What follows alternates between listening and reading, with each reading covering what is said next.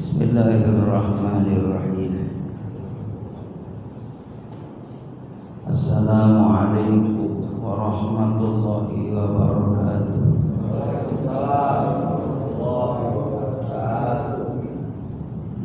Bismillahirrahmanirrahim. Bismillahirkafi. Bismillahirmu'afi. Bismillahilladzi la yadurru ma'asmihi syai'un fil ardi wa la fis sama' wa huwas sami'ul 'alim. Alhamdulillah rabbil alamin bi ni'matihi tatimmus shalihat wa tanzilul barakat. Asyhadu an la ilaha illallah wa asyhadu anna Muhammadan 'abduhu wa rasuluh. Allahumma salli wa sallim ala sayyidina Muhammad wa ala alihi wa sahbihi ajma'in. Qala Allah ta'ala fi kitabihil karim. A'udzu billahi minasy syaithanir rajim. Alam ahadileikum ya bani Adam la ta'budu syaitan innahu lakum aduwwun mubin. Wa qala Nabi sallallahu alaihi wasallam, man ahya sunnati faqad ahabbani wa man ahabbani kana ma'i fil jannah. Sadaqallahu sadaqa Rasulillah sallallahu alaihi wasallam. Pengurus DKM Masjid Jami'at Ittihad rahimakumullah, para orang tua yang saya muliakan, para hujaj, masyarakat yang senantiasa dimuliakan oleh Allah Subhanahu wa taala.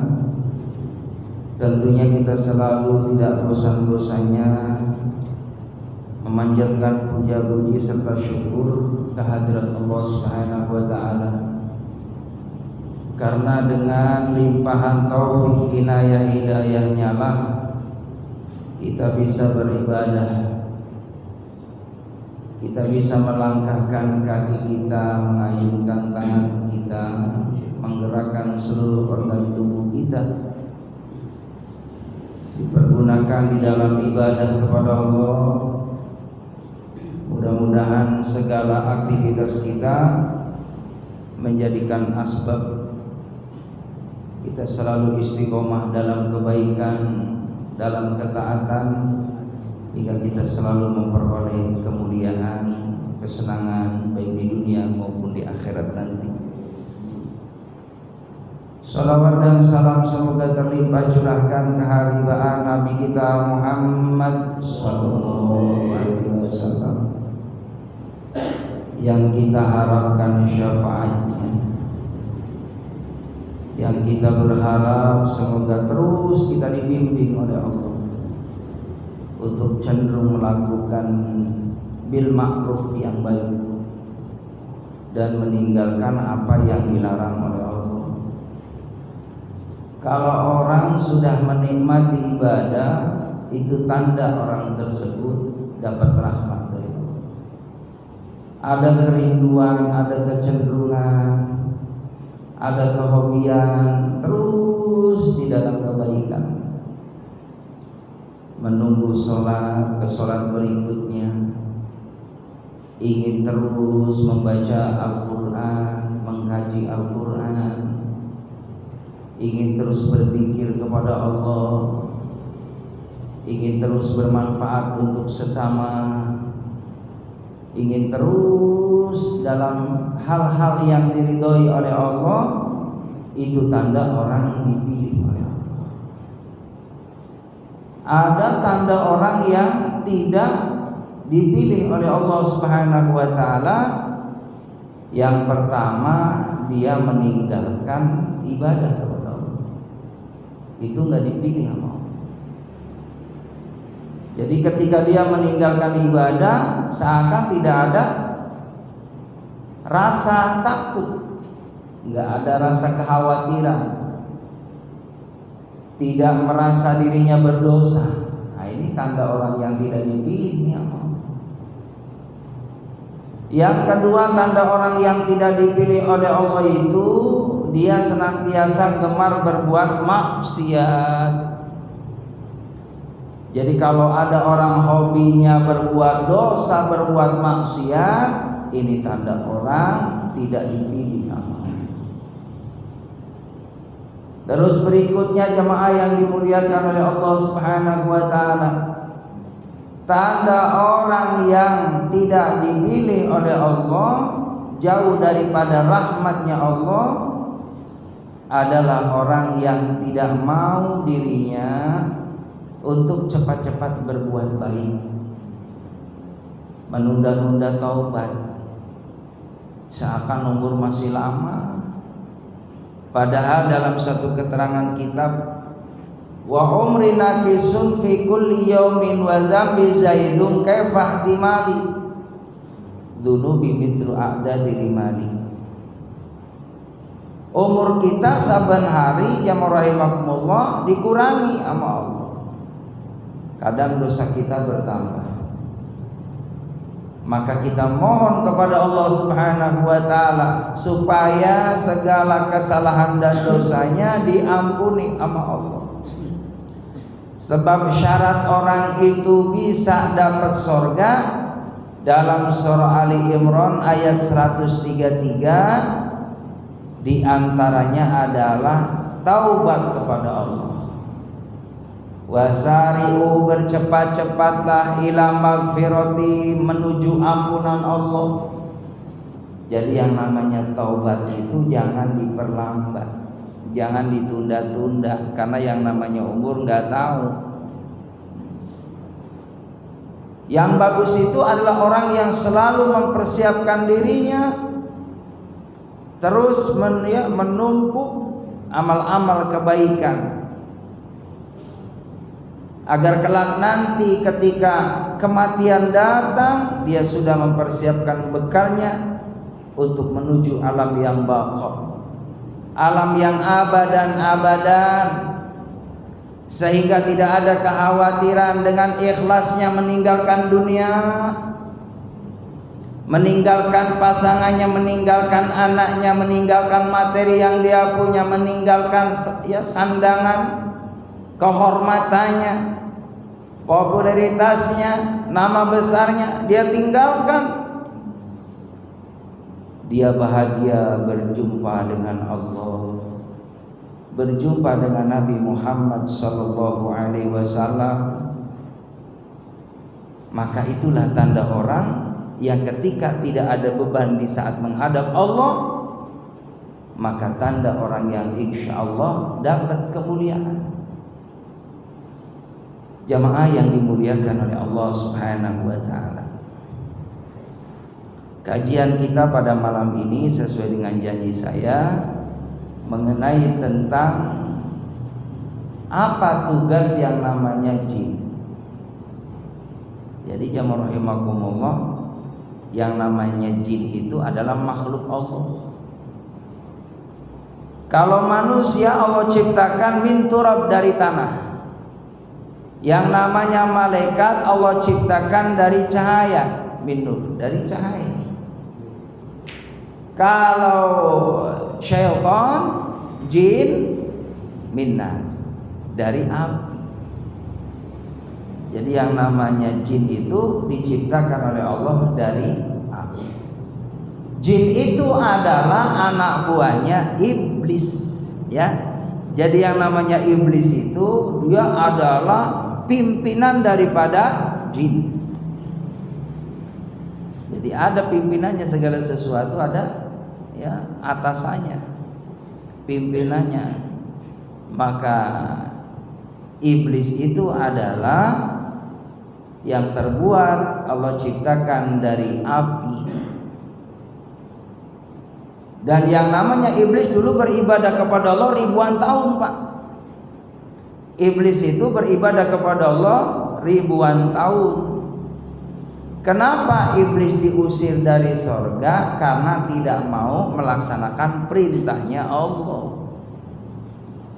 Allah perintahkan kepada iblis setelah penciptaan yang namanya Nabi Adam alaihissalam, yang terbuat dari tanah pilihan dari Allah Subhanahu wa taala dan langsung dibuat oleh Allah melalui tangannya Allah, maka menurut cerita jamaah rahimakumullah dalam satu hikayat, ketika Allah menciptakan Nabi Adam berbentuk manusia, Allah tiupkan ruh, maka sampailah itu di tenggorokan Nabi Adam bersin. Nabi Adam bersin, jamaah rahimakumullah. Maka ketika Nabi Adam bersin, Nabi Adam mengucapkan alhamdulillahi rabbil alamin. Segala puji bagi Allah Tuhan semesta alam.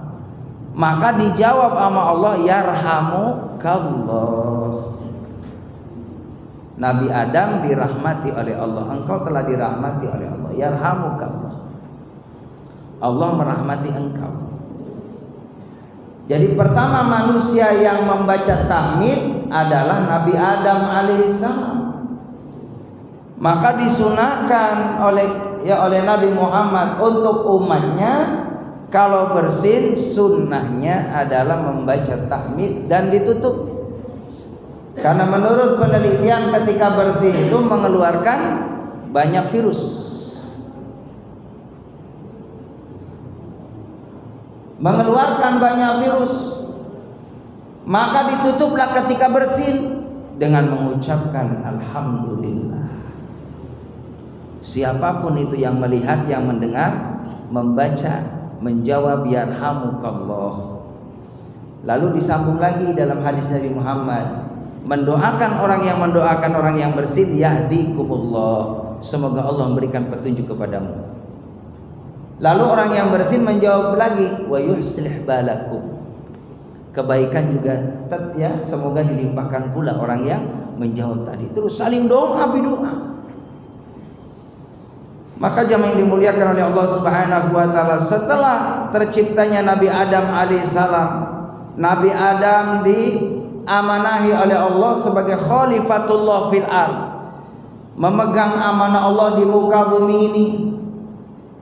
Maka pada protes yang namanya jin tadi, karena ngerasa diciptain lebih awal. Kenapa harus manusia yang menjadi pemimpin di muka bumi ini, bukannya kami ini? Maka Allah lebih tahu tentunya. Yang namanya manusia itu dikasih akal pikiran, dikasih nafsu. Ya begitupun bentuk fisiknya ada. Beda dengan jin. Kalau jin itu bahasa Arabnya jamaah rahimakumullah artinya ya tertutup, tidak bisa terlihat jin itu. Asal kata janaa artinya ya tersembunyi. Beda dengan manusia, bahasa Arabnya ins. Makanya dalam Al-Qur'an itu ama khalaqtul jinna wal ins. Tidaklah aku ciptakan jin dan manusia. Manusia itu ins itu bahasa Arab artinya apa? Nampak. Jadi kebalikan daripada tersembunyi adalah nampak. Maka yang namanya manusia menjelas nampak, terlihat, beda dengan jin. Jin gak bisa dilihat hadirin. Itu hadis Nabi Muhammad. Kecuali orang yang punya mukasyafah, dibuka mata batinnya oleh Allah. Ini gak sembarangan, orang-orang yang terpilih dari Allah. Jadi jangan gampang percaya sama orang, saya ngeliat jin. Orang kata Nabi, jin tuh gak bisa dilihat. Kalau jin lihat kita, tahu kita, tapi kita gak bisa ngeliat jin. Jamaah rahimakumullah. Maka ketika yang namanya Nabi Adam alaihissalam diamanahi oleh Allah Subhanahu wa taala, dikasih ilmu oleh Allah Subhanahu wa taala, bermacam-macam ilmunya Allah diberikan kepada Nabi Adam alaihissalam. Itulah Nabi Adam dipercaya menjadi khalifah karena punya ilmu. Sementara yang namanya iblis tadi nggak dikasih pengetahuan sama Allah. Wa alamal adama asma'akullah. Jadi Nabi Adam itu dikasih pengetahuan sama Allah tahu bermacam-macam nama makhluk yang ada di langit maupun yang ada di bumi. Begitupun bahasa apapun tahu Nabi Adam alaihissalam. Jamaah yang dimuliakan oleh Allah SWT. Setelah terciptanya Nabi Adam dengan sempurna dan Nabi Adam dipercaya untuk menjadi khalifah, Allah perintahkan kepada iblis untuk memberikan penghormatan. Wahai iblis, berikan penghormatan kepada Adam. Aba wastakbaro. Yang namanya iblis tadi enggak mau. Ogah, ana khairu minhu, saya lebih baik daripada dia, kata iblis. Khalaqtani min nar wa khalaqtahu min tin, aku diciptakan dari api. Kata iblis, dia dari tanah, ngapain saya harus tunduk sama tanah? Tanah dibakar, bakar habis, bakal hancur, bakal gosong. Itu kata yang namanya iblis tadi. Maka Allah murka kepada iblis. Fakhruj fa innaka rajim, keluar kamu, termasuk makhluk yang terkutuk. Makanya iblis diusir jamaah rahimakumullah dari sorga. Dulunya di sorga, dulunya dekat dengan Allah, ibadah kepada Allah. Lantaran nggak mau nurut perintahnya Allah, diusir dari sorga. Nggak mau ngikutin perintahnya Allah, diusir hadirin. Nah kita nih, untungnya Allah punya Rahman Rahim. Banyak manusia hamba Allah di muka bumi ini yang tidak mau ngikutin perintahnya Allah. Allah tunggu. Allah nggak cepat marah sama hambanya. Dan ini pun wasilah Nabi Muhammad. Karena Nabi Muhammad adalah Habibullah, kekasihnya Allah. Lantaran Allah cinta, Allah senang sama Nabi Muhammad, maka ngaruh umatnya disenangi juga sama Allah. Kalau zaman dulu hadirin, kalau ada kaum yang ingkar kepada Allah, lalu Nabinya ngangkat tangan, ya Allah saya nggak sanggup nih ngelihat kaumku seperti ini, udah terserah Engkau ya Allah, binasain tuh, begitu tuh Pak. Makanya turunlah azab zaman dahulu. Di zamannya kaum Nabi Lut, ya kan? Di zamannya ya kaum Saba, kaum Samud, itu langsung Pak azab. Di zamannya Nabi Nuh, di zamannya Nabi Musa, langsung diazab. Tapi Nabi Muhammad luar biasa. Karena cintanya Allah kepada Nabi Muhammad, umatnya Nabi Muhammad juga sama, selalu terus ditunggu sama Allah kapan dia sadarnya. Hadirin jamaah yang dimuliakan oleh Allah Subhanahu wa taala.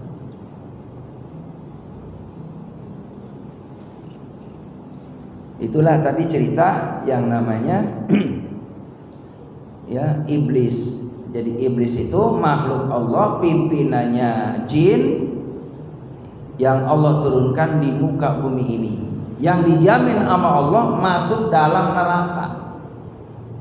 Jadi iblis itu Pak dapat jaminan ke neraka.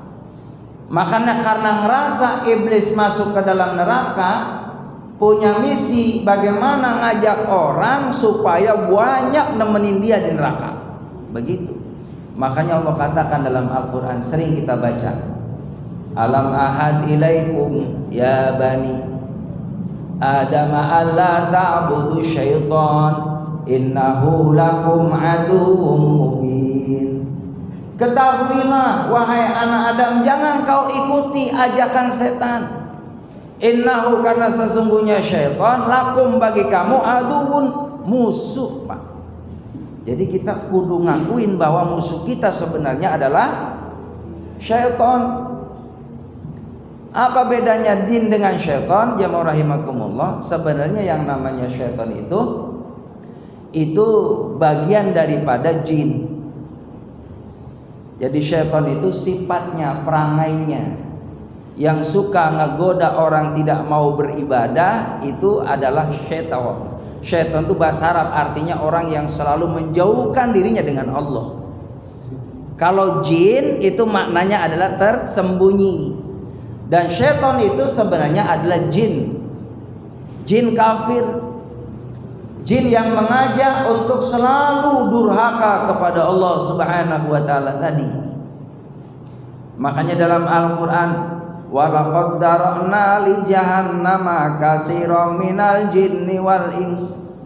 Di neraka itu nanti bakal banyak dari kalangan jin dan manusia. Karena yang tadi ngikutin jin tadi tuh, yang diajak tadi itu, yang diajak sama jin, yang diajak sama syaitan tadi itu, biar nemenin dia dalam nerakanya Allah.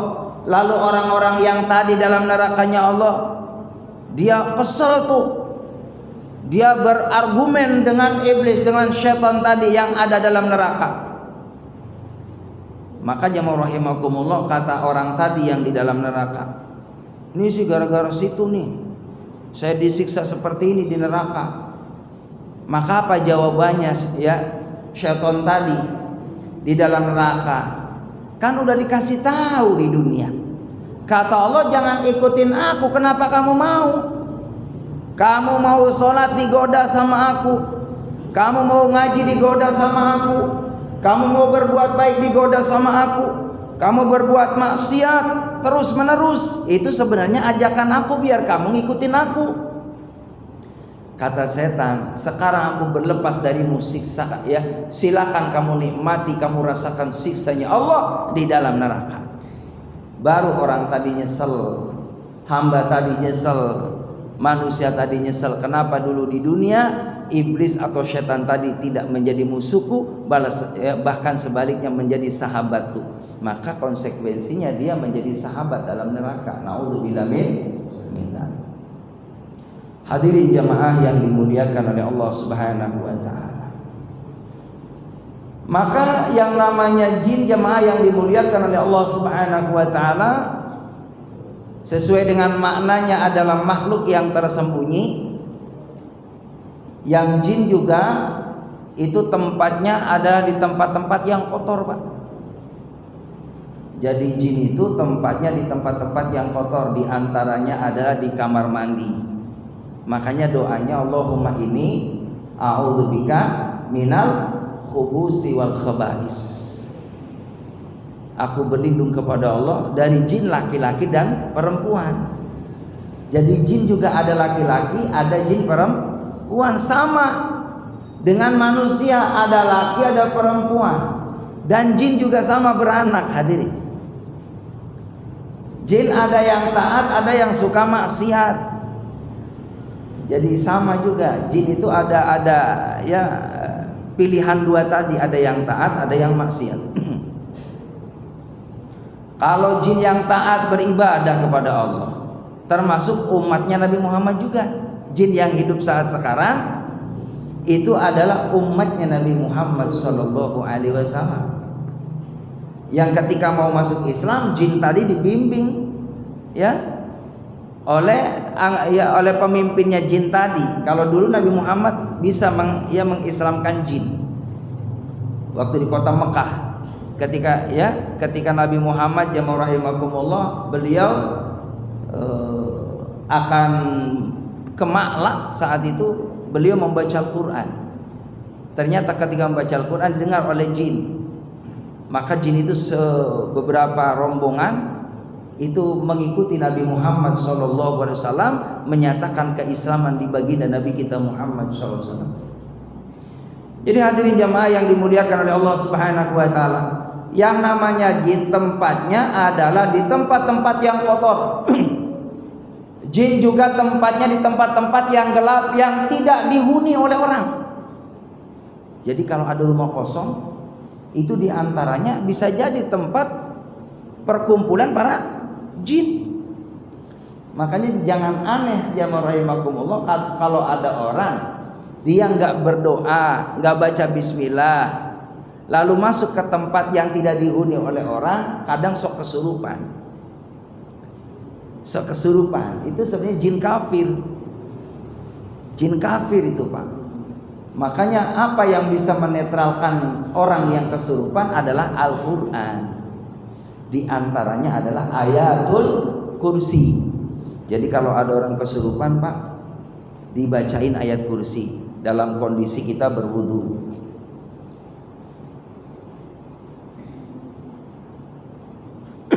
Kita dalam kondisi suci, begitu bagusnya. Tapi kalau memang darurat, nih orang udah kumpul jamaah rahimakumullah kesurupan, kita udah darurat nih nyari tempat wudhu di mana kan?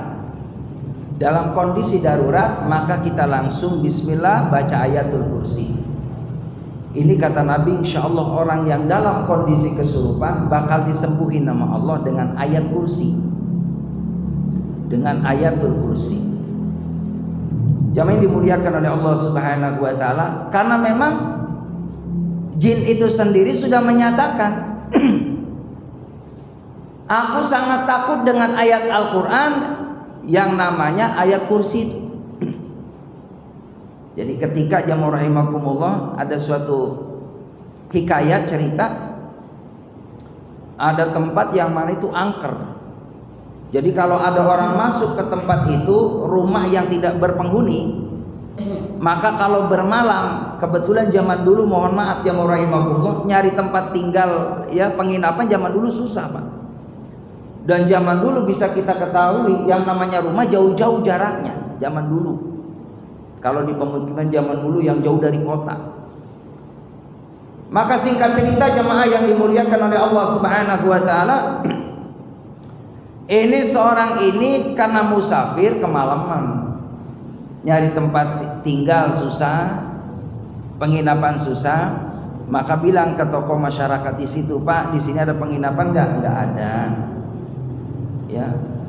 Dan orang pun namanya orang baru kenal, Pak, nggak sekonyong-konyong gitu kan? Artinya menerima orang itu nginap. Kan nggak tahu, jangan-jangan kan namanya orang kan, niatnya nggak bagus. Jangan-jangan lagi tidur diambilin harta bendanya. Zaman dulu kan agak sedikit rawan Pak.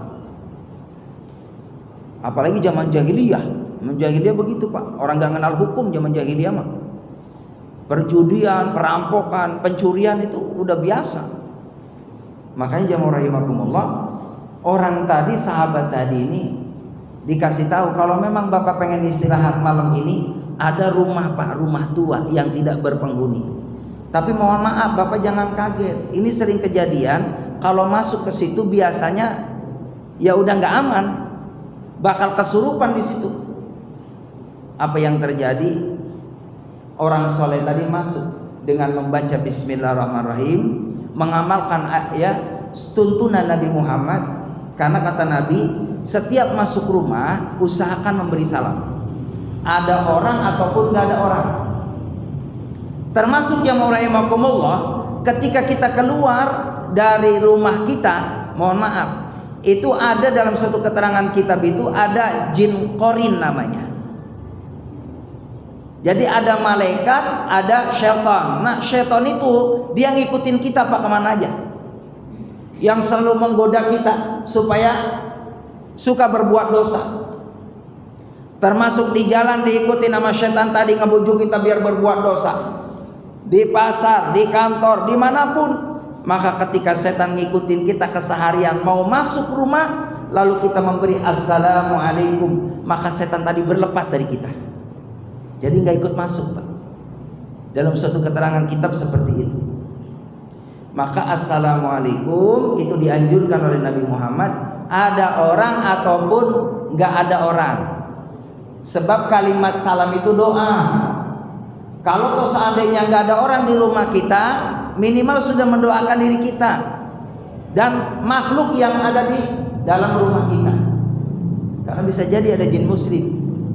Apalagi tadi keterangannya dalam hadis Nabi Muhammad bahwa di setiap kamar mandi ada jin laki-laki dan perempuan. Maka ketika kita memberi salam masuk rumah kita, itu yang namanya iblis, yang namanya syaitan tadi tidak akan betah di rumah kita, langsung kabur Pak. Begitu.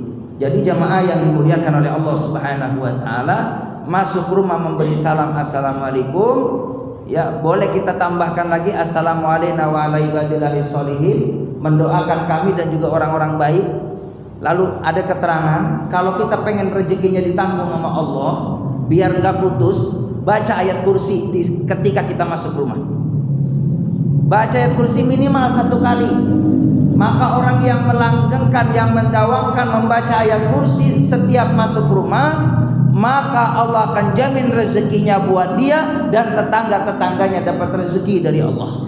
40 rumah. Masya Allah Pak, kalau kita ngamalin ayat kursi itu, ya, jadi manfaatnya bukan kita aja, tapi tetangga-tetangga kita juga dapat berkah dari ayatul kursi. Maka apa yang terjadi Pak? Di saat orang tadi ya gelar gitu, selemek gitu ya, buat istirahat, lalu baca zikir-zikir, baca doa, baru agak merem-merem dikit Pak, bismikallahumma ahya bismika amut, itu benar jin tadi menjinis Pak, berbentuk begitu besar hitam, seakan mau mencekek orang soleh tadi.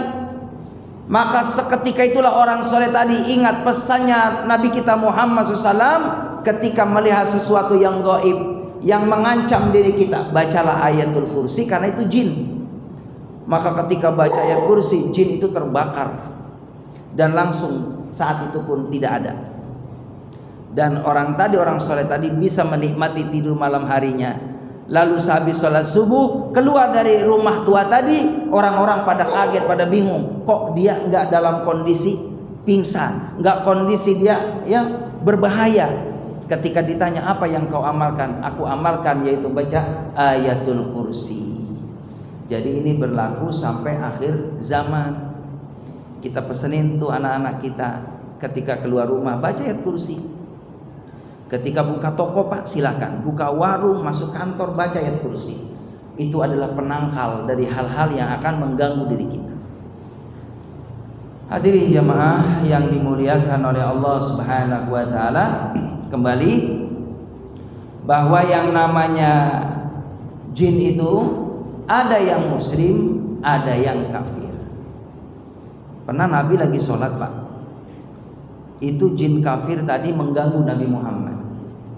Nabi Muhammad ini diberikan kelebihan, keistimewaan, bisa mengetahui apapun. Jangankan makhluk yang namanya gaib tadi Pak, Nabi diberikan keistimewaan. Beliau ya kalau berjalan ke depan, di belakang siapa itu ada tahu Nabi Muhammad. Orang yang ikuti Nabi Muhammad tahu di belakang. Itu kelebihan Nabi Muhammad. Maka Nabi Muhammad lagi sholat, jamaah rahimakumullah. Ketika sholat itu ternyata yang namanya jin itu mengganggu Nabi Muhammad, muter-muter di sekeliling Nabi Muhammad. Maka Nabi Muhammad saat beliau sedang melakukan ibadah, satu ambil gerakan, langsung mengambil jin tadi dengan tangan beliau. Diambilnya jin tadi, dilemparkan oleh baginda Nabi kita Muhammad SAW. Maka jin pun langsung kabur. Dalam suatu riwayat seperti itu. Apa yang dikatakan oleh Nabi Muhammad? Kalau seandainya saya nggak kasihan sama jin ini, ya akan saya ikat di tiang masjid biar jadi tontonan anak-anak. Cuman karena Nabi Muhammad kasihan, dia juga umat Nabi Muhammad SAW, maka jin pun diselamatkan oleh Nabi Muhammad. Jadi ya rahimakumullah,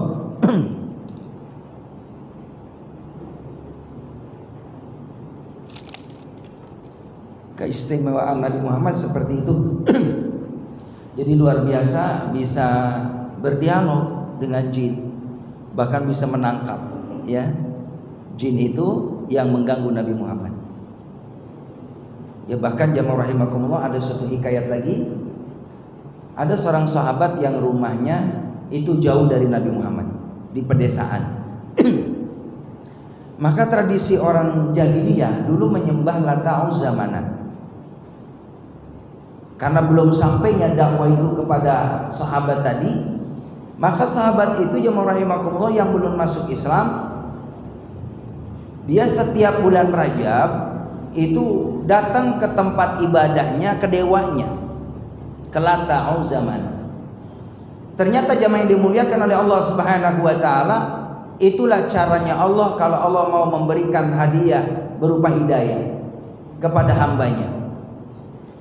Maka di saat seorang sahabat tadi yang belum masuk Islam, dia sedang beribadah kepada Tuhannya, maka atas izin Allah itu dewa yang disembah itu ngomong, ya, jangan kau lanjutkan peribadatanmu kepadaku.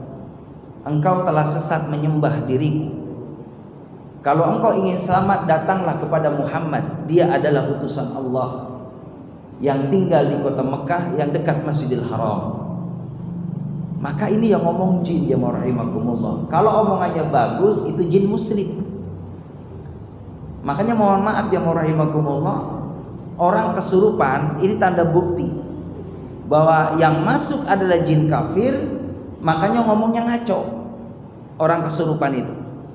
Saya sedang ketemu sama ini jalan-jalan di suatu tempat, itu orangnya putih banget, orangnya serem, orangnya ini, itu nggak nyaman, ngomongnya ngawur. Itu tanda jin kafir. Kalau tadi sahabat tadi jelas ada omongan dari Lata tadi, dari sesembahannya, bahwa carilah yang namanya Muhammad, kau bersyahadatlah di hadapan Nabi Muhammad, dialah utusan Allah, pasti muslim jinnya. Maka seketika itu ya rahimakumullah, sahabat tadi mencari Nabi Muhammad SAW.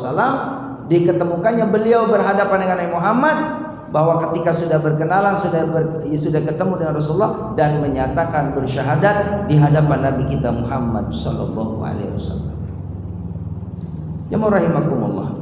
Dan tugasnya jin itu menyesatkan manusia, Pak. Jadi makanya itu kalau ada orang meyakini di tempat itu angker, ya itu ada jin. Apalagi takutnya berlebihan. Pokoknya setiap lewat biasanya di situ ada orang yang gede gitu kan. Oh, matanya serem, oh, menyeramkan, menakutkan, di situ angker tuh, itu jin hadirin. Maka kata Nabi, janganlah takut dengan hal itu. Karena sesungguhnya jemaah rahimakumullah, yang namanya jin itu adalah akan dikalahkan oleh manusia. Karena manusia adalah makhluk yang paling sempurna. Dikasih akal pikiran, dikasih iman, itulah yang membuat kita menang dari mereka. Karena tugasnya jin itu jemaah rahimakumullah, mohon maaf, tidak akan mencelakakan manusia, tidak. Tidak ada orang mati kena jin, kena setan, nggak ada. Mati itu ajal. Mati itu ajal. Maka jemaah yang dimuliakan oleh Allah Subhanahu wa taala, maka ketika ada rumor, ada ya isu bahwa yang namanya tempat itu konon angker, maka jangan sampai berlebihan kita merasa takut dengan tempat itu. Maka semakin jadilah jin, semakin jadi-jadinya di sana. Jadi jangan takut dengan hal itu. Maka jemaah rahimakumullah, datangi tempat itu, bacakan ayat-ayat Al-Quran. Bisa dengan Al-Ikhlas, bisa Al-Falaq, bisa Anas, bisa Alif Lam Mim, ya sampai Muflihun, bisa ayat kursi, bisa dengan akhir Al-Baqarah. Itu ayat-ayat ruqyah, Pak, kalau kata ya ahli ruqyah. Jadi kita nih sebenarnya udah hafal semua. Ayat-ayat itu udah hafal, tinggal kita dawamin, Pak. Makanya kan sunnah tuh, kalau kita mau tidur tuh, Pak, itu sebenarnya sedang meruqyah diri kita dan sedang menetralisir kalau ada hal-hal yang mistik, yang non medis, itu bisa ditangkal dengan ayat-ayat itu. Makanya kalau kita mau tidur jemaah rahimakumullah, sunnahnya berwudu lalu baca Al-Fatihah. Baca Al-Fatihah. Kalau kata guru saya, Al-Fatihah satu napas itu jadi doa itu, Pak. Kan Bapak pernah mungkin dengar penelitian orang Cina ya, orang Jepang, bahwa air yang dibacakan Al-Quran itu luar biasa khasiatnya. Jadi jemaah rahimakumullah, makanya dalam satu riwayat, kalau kita mohon maaf dalam kondisi tidak ya, kurang sehat, kurang fit, kita syariat dulu doa sama Allah. Kita ambil air, bacakan Fatihah, Pak. Karena termasuk mohon maaf, surah yang ditakutin sama setan juga itu Al-Fatihah. Jadi ketika turunnya Al-Fatihah itu ngejerit, Pak, yang namanya setan. Karena Pak tahu keistimewaannya Fatihah. Makanya baca Fatihah sebelum kita ya syariat ke medis gitu kan. Bismillahirrahmanirrahim. Al-Fatihah. Waladhdallin, amin. Diminum, Pak. Kata ulama satu napas. Itu jadi obat. Itu jadi obat. Termasuk anak kita rewel, anak kita kurang sehat, insya Allah bacain Al-Fatihah. Dan itu mohon maaf, survei membuktikan seperti itulah amalan-amalan orang soleh dulu. Ya, ayah saya itu kalau anak-anaknya kurang sehat lagi pada anget, Pak, baca Fatihah. Termasuk saya praktekin buat anak-anak saya. Buat anak-anak saya itu ketika kurang sehat saya Fatihah itu diminumkan, alhamdulillah atas izin Allah sehat. Nah kalau mungkin sudah Fatihah masih hangat ya syariat minum obat gitu kan, itu syariat. Tapi kalau ya kita coba dari alami dulu baca Al-Fatihah, karena ini kan dari Nabi. Suratul Fatihah lima quri'alahu, Al-Fatihah itu tergantung niatnya. Kalau niatnya buat obat, insya Allah jadi obat. Maka jemaah yang dimuliakan oleh Allah Subhanahu wa taala, makanya orang yang kesurupan itu diantaranya tadi tuh, setelah dibacain ayat-ayat ruqyah, ditiupkan, diminumkan, biasanya langsung sadar. Kalau enggak diusapin ke mukanya. Ya. Kalau masih bandel, jinnya jin bandel Pak, diajalin sebelah kanan, diikomatkan sebelah kiri. Masih bandel aja Pak, pencet aja Pak. Ya, pencet mananya gitu kan adinya. Kata ulama. Ada yang di sini jemaah rahimakumullah, insyaallah sadar. Ya, biasanya sampai sadar. Terus kalau ada orang kesurupan, saya pernah kumpul juga sama teman-teman yang memang ahli dalam fakar ya ruqyah tadi. Jangan pernah ada orang kesurupan di kumpul banyak orang, itu malah menutup. Jadi dia kan butuh oksigen Pak. Itu mestinya pada minggir aja gitu, cukup satu orang aja yang menyariati, bukan malah kumpul di situ rame-rame. Makanya kadang ada kesurupan massal, karena itu gampang sekali Pak nularnya, yang namanya jin itu. Apalagi lemah imannya, jangan-jangan saya kena ya sampai 3, 4, 5 itu Pak. Makanya jangan banyak orang pada keluar, tinggal disyariati dengan ayat-ayat tadi ruqyah tadi. Kita udah hafal semuanya, Al-Fatihah, Al-Ikhlas, Al-Falaq, Anas, ya, Alif Lam Mim sampai Muflihun, ayat kursi dan akhir Al-Baqarah. Kalau mau ditambah lagi dalam surah Al-Hasr itu ayat 22 sampai selesai. Lau anzalna hadzal Qur'an, yaitu sampai selesai. Jadi Al-Quran itu mukjizat hadirin. Kita nggak perlu khawatir, semakin kita banyak baca Quran, insya Allah Allah sehatkan lahir batin. Amin ya rabbal. Dari sini ada yang perlu ditanyakan Pak, dipersilakan.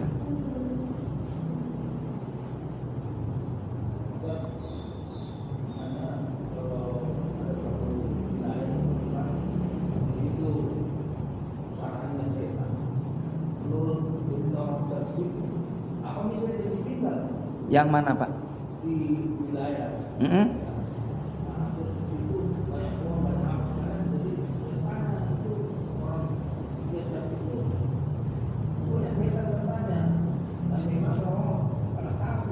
Iya.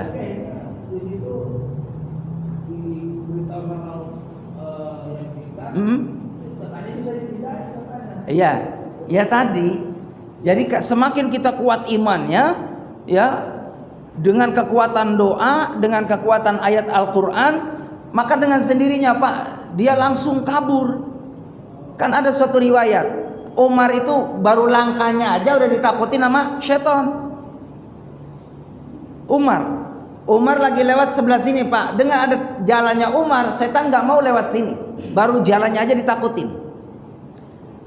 Nah orang yang mengamalkan ya zikir, banyak baca Quran, maka insya Allah yang namanya jin-jin kafir tadi, dia akan misah, dia tidak akan ya dekat dengan kita, dia akan jauh dengan kita. Termasuk tempat tadi. Ya mohon maaf, itu mungkin bagian ahli yang tadi ya Pak ya, ahli yang spiritualnya, doa-doanya menguasai, ahli ruqyah, itu insya Allah atas izin Allah silakan berdoa kepada Allah. Di antaranya Bapak jamaah rahimakumullah ada doa A'udzubillahi bikalimatillahi tammati kulliha min syarri ma khalaq. Itu Bapak baca tuh di hadis-hadis Nabi. Saya baca tuh amalan ini setiap habis sholat dari guru saya. Dari saya dulu di aliyah itu diajarkan A'udzubillahi bikalimatillahi tammati kulliha min syarri ma khalaq. Itu diantaranya Allah akan jauhkan daripada jin, Allah jauhkan daripada makhluk yang akan mengganggu diri kita, akan kembali kepada orang yang akan menganiaya kita, menzalimi kita. Doa tadi itu Pak, itu diajarkan oleh Nabi Muhammad.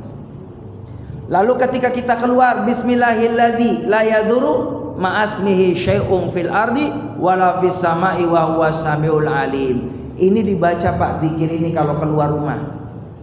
Ini kita dilindungi sama malaikat, dinilai suatu kebaikan dalam perjalanannya, dinilai ibadah, diselamatkan oleh Allah dari hal-hal yang akan merintangi kita. Jadi emang Islam itu kekuatan kita adalah doa. Doa silahul mu'minin. Doa itu senjatanya umat Islam. Makanya ada kejadian dulu begitu Pak. Ada orang mau ibadah. Ketika mau ibadah, mohon maaf, ceritanya ada kabar nih di kampung sono, ya namanya musibah kan gak ada yang tahu. Itu rumahnya kena kebakaran, termasuk rumahnya dia nih Pak. Ketemu di jalan sama seorang, dihabarin, kenapa Bapak nggak pulang? Emang kenapa? No, di kampung Bapak kebakaran no. Termasuk rumah Bapak kayaknya kebakaran. Insya Allah saya sudah mengamalkan doanya Nabi Muhammad. Bismillahilladzi la yadurru ma'asmihi syai'un fil ard wala fis sama'i wa huwa samiul alim. Benar Pak, giliran habis ibadah pulang orang pada kebakaran, dia satu rumah dilewati nama api. Itulah doa Pak, harus yakin. Wong para nabi mohon maaf, semuanya kan dapat doa dari Allah. Nabi Ibrahim dibakar nggak mempan, ada doanya. Ya narukuni bardaw wa salaman ala Ibrahim, supaya tidak diganggu sama ular yang berbisa.